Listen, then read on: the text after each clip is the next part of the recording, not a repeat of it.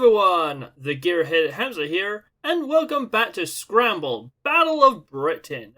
And so, I've been enjoying this game for a little bit now, but one question came to mind is, because this is all about dogfighting, and of course dogfighting is all about energy, using it, and of course making more of it.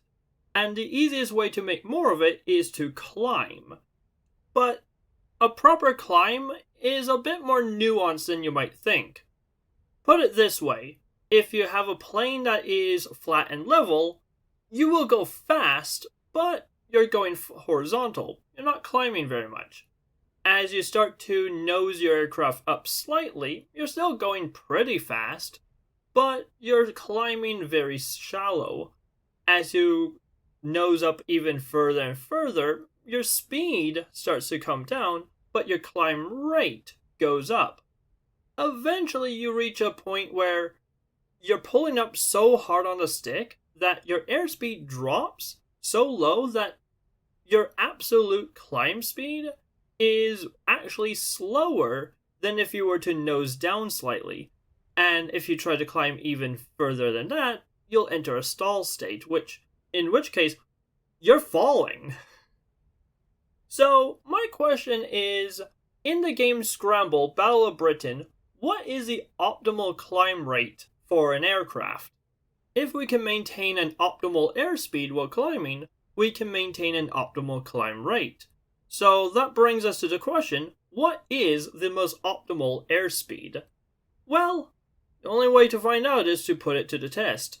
So that's exactly what I have done. Also, just to let you know, the version I'm playing on is version 0.09.003, Early Access. So what I did was I went to the dogfight generator, playing as the Spitfires. Fun fact, you can actually play as the German 109s, but for the test I did the Spitfires. I had a single Stuka, because they oftentimes fly flat and level and they won't interfere with the test. I did the start height at sea level. I did the advantage neutral, means we're both at sea level. Cloud cover, clear, time of day, noon, just because it makes things easier to look at. And basically this is a setup I went with. Something like this. Oh, whoops. One other quick thing. I set my number of aircraft to 6. And I had it so that we spawned as 6 aircraft together as one single cluster.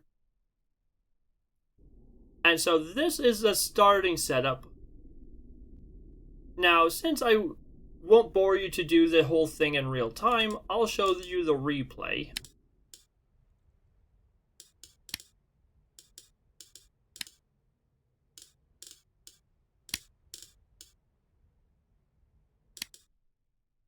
So, like I said, we got 1 Stuka here, and we got 6 of our aircraft here.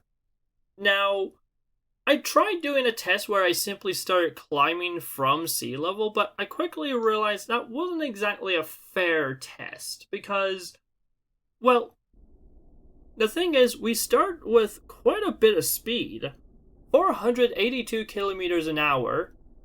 That's rather swift.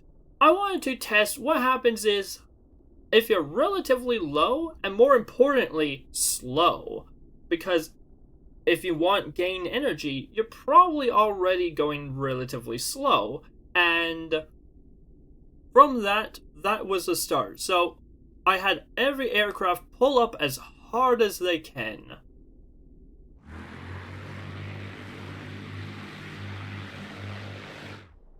Just ignore the G loading.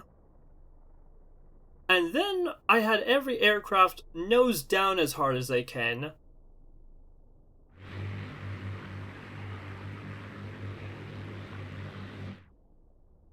Here we can see we're entering a slow speed zone, and already we are going at 275 kilometers an hour, which is on the slower end of things.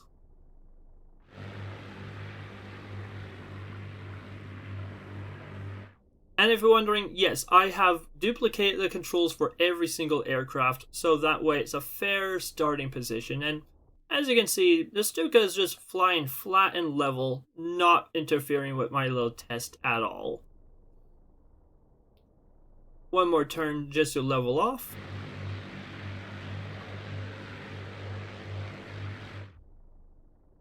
We're still going reasonably slow, so I left one more turn just so we're not in the white arrow phase.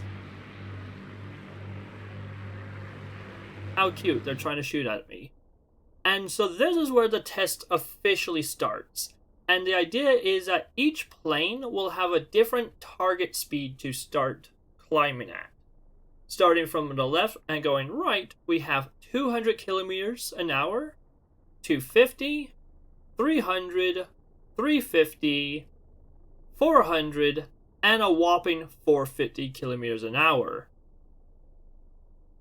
Now, we can see that the first aircraft, if I can select it, already is going well above the target speed. So I'm going to pull up immediately. Not too crazy. I don't want to start stalling and undershooting my target, but a gentle pull up just to begin things.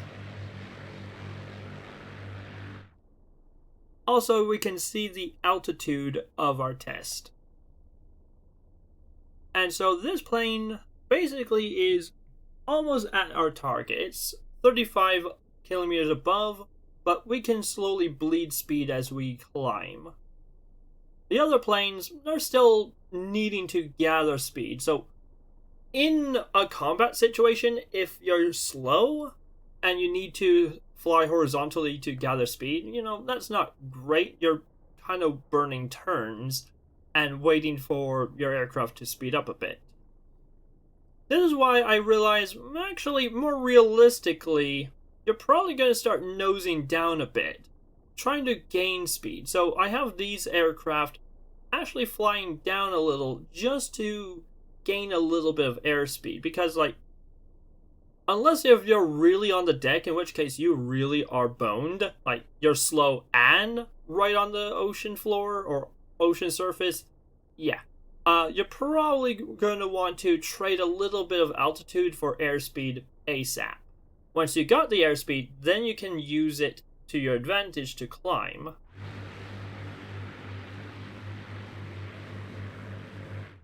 So already, of course, the slow guy is already to a very early advantage, seeing as it's climbing up. It didn't need time to accelerate. It can just start climbing right away. The others, they need to gain a little bit of speed first.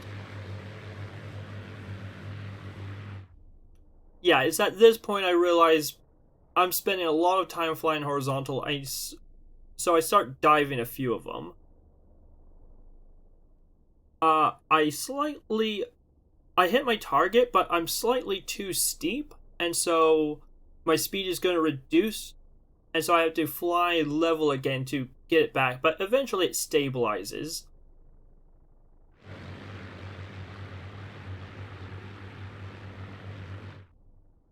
And at this point, I do a little bit of a shimmy, but that aircraft is more or less stable and will continue to fly up. This one, I'm basically at my target, and so I can start to fly up. Again, there's a small oscillation just because of the way I'm doing it. I'm also keeping a very close eye on my target speed for the next turn every time I submit a turn. This one, again, having the target at 300 or slightly over, so that's fine. I can start pulling up. This one is 350, so I need to get a little faster. 400, still need quite a lot of speed, and 450, still need a lot of speed. Also, the other thing I'm using is, so the little black line is a true indication of your airspeed. The yellow bar is a little bit more vague and doesn't always tell you exactly what you need to know, which is annoying, but whatever, deal with it. The other thing is I'm using little references on the HUD to sort of gauge what the future airspeed is, because on the turn it doesn't tell you, but it does show where the little black bar will be after you submit a turn. So if I continue this, now you can see a few of the planes starting to change maneuvers. But yeah, so I'm using little references on the HUD, like for example the wingtip, or lining up with the top of the wing, or in this case I'm lining up with sort of between the target and the propeller.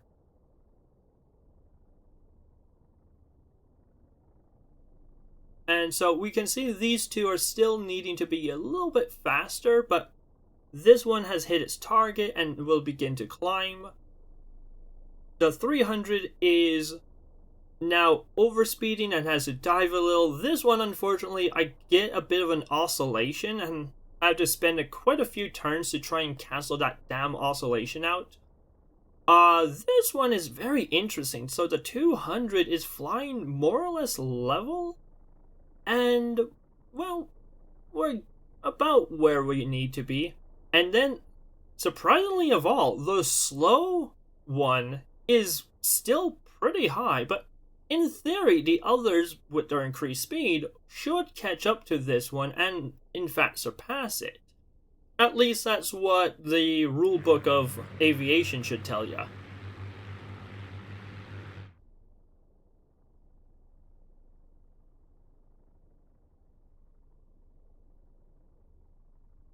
So, at this point, this aircraft is more or less in steady state. The first two are in steady state. The third one is almost in steady state. I have the right speed, more or less. I just want to cancel this oscillation. Very annoying. This one is now in steady state. We have hit 350. And we even got the 400 one up to speed. And so we're starting to pull up, but of course, being so fast, one, we had to lose so much altitude just to get it up to speed. We have a lot of ground to make up. On top of that, to maintain the speed, because as we go faster, there's more drag on the aircraft, it's a lot harder for the aircraft to maintain the high speed, and so its climb has to be relatively shallow. And the 451 isn't even up to speed. It's close. Turns out if you draw a line from the tip of the tail to the tip of the propeller and then up through the indicator, like that is where 450 lives. But yeah, we still have another turn to go at the Speedy Boy.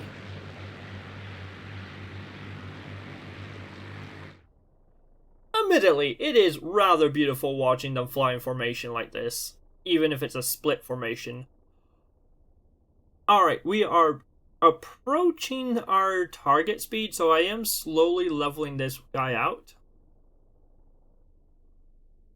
This guy's still climbing nicely, and these ones, again, still oscillating, but I'm finally starting to get it under control. So I'm going to skip ahead a few turns.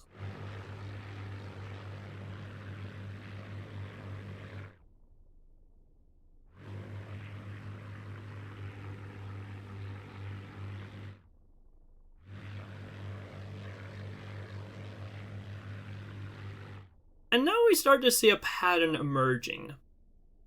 From an absolute altitude, fun enough, the slow and steady guy is still in the lead. So if you just want altitude like right now, turns out just pulling up actually is a valid tactic. Now, you're very slow, and if there was an enemy nearby, you'd be a sitting duck, but at the same time, you'd be very maneuverable. You can make a really sharp corner, and seeing as you have already gained some altitude, even if you started slow and low on the water, gaining that altitude did buy you some affordance to just dive away and hope you can dodge their bullets. not a great position to be in, but still one that is decently good in an emergency. This is where we get something really weird, and I think this might be a bug with the game. I'm not sure, but the 200 guy is lower than the the 250 aircraft is lower than the 300 and 350, despite the fact that it's faster than this one. But huh? Why is this aircraft? I can understand why it's trailing behind these horizontally, but why is it lower than all three of these aircraft? And something you'll notice is the aircraft is pretty nose up compared to its flight path. Now, the game does simulate having. Here's the thing, real airplanes don't fly directly straight. Like, the direction they nose points is not the direction the aircraft travels through 3D space. And so the game does model that, and that's fine. I appreciate that little detail. But something weird happens is some aircraft, and I've noticed this happening especially when you get really far out from the map center, is aircraft seem to randomly start stalling, even at high speeds. Then we got the we're at 310, so we're slightly above, but close enough. And we got the 350, and yeah, mostly canceled the oscillation. It's some minor thing, but these are basically in steady state now. The 400, nice gentle climb, but lagging behind the friends. And then, of course, the 500 all the way down here, still trying to maintain that high speed.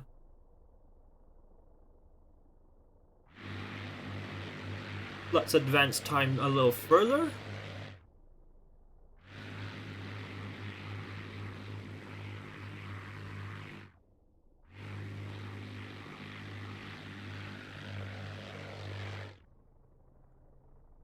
And once again, we see the ugly appearance of this strange high-speed stall, where, again, the airplane is nose up, I'm maintaining nearly 400 kilometers an hour, and yet the trajectory points down.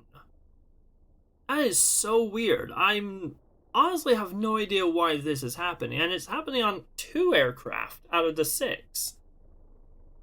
This aircraft is fine, although trying to maintain such a high speed means the climb is basically non-existent. We see the 350 and 300 are doing very well for themselves and have almost matched their friend in terms of height. So, well, it took a few more turns. The 200 kph is still climbing very nicely. And then, of course, the 250 is even worse than it was before. Like, it is steadily decreasing altitude. It's actually losing altitude despite how nose up it is. Like I said, it's in this weird stall state despite its relatively high airspeed. Anyway, proceeding with things a little further.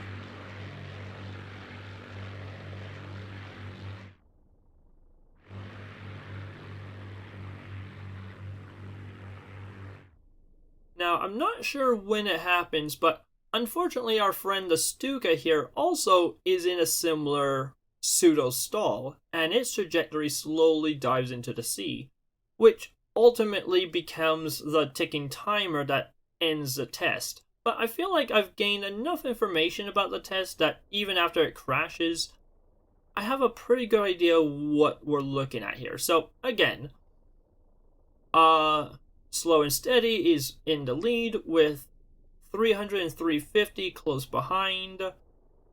250, I have no idea what's going on here. And then 400 and 450 just very low. They do not recover.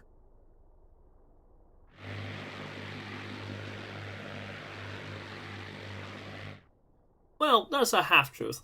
450 is climbing very slowly. But that's the problem. Very slow climb, but fantastic horizontal speed. And that's the end of the test. So, just sort of fast forwarding to the end here. Yeah, you can see from the ribbon trail that got pretty far and definitely got the most horizontal speed of every aircraft, but in terms of absolute height, well, after 23 turns, bear in mind the test only starts proper on around turn 6. So the first 5 turns are just setup, and the rest of the airplanes take about another 2 or 3 turns to get themselves set up as well. Now, obviously you go not very far with this, but that's fine if you want to stick close to the battlefield.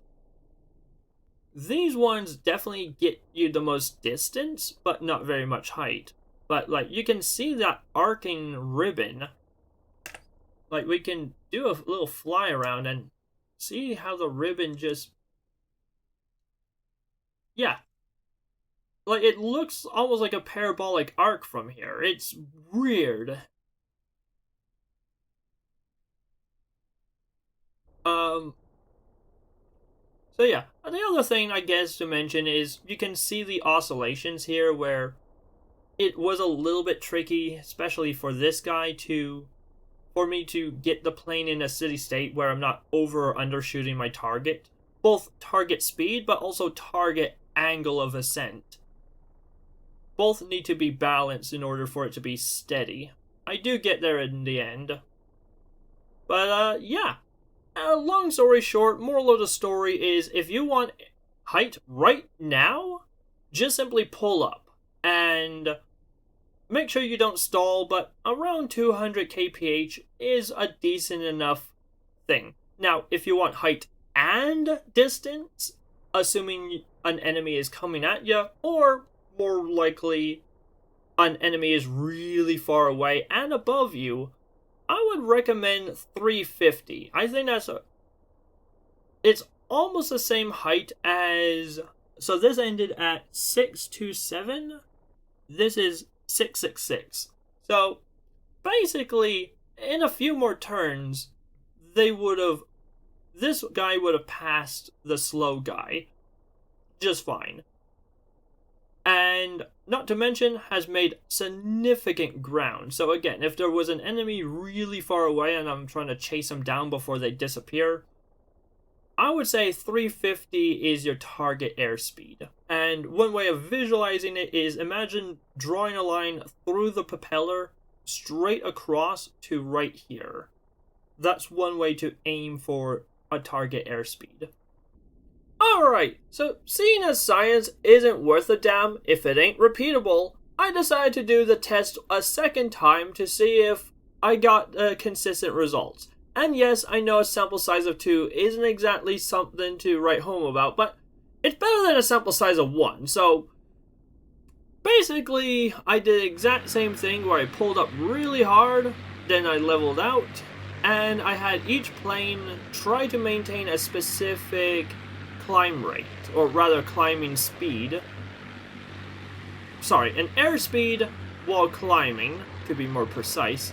And, well, here are the results. And as you can see by the ribbons, yeah, it's basically the same. The 400 and 450 are really far down. The 350 is doing pretty well for itself. The 300 is also doing really well for itself. The 250 is lagging behind, and then the 200 is very up high but also very far behind. And yeah, basically the same thing as we saw last time. I will say there are a few things to note. One, my enemy decided instead of flying level, somehow they managed to gain altitude. Not just gain altitude, but gain a significant amount of altitude while flying level. Like, How the physics does that work? Anyway, this has been the Gear Headed Hamster, just giving you a quick tutorial on Scramble Battle of Britten. Hope this information was helpful, and keep your noses pointed skywards. Take care, folks. Bye.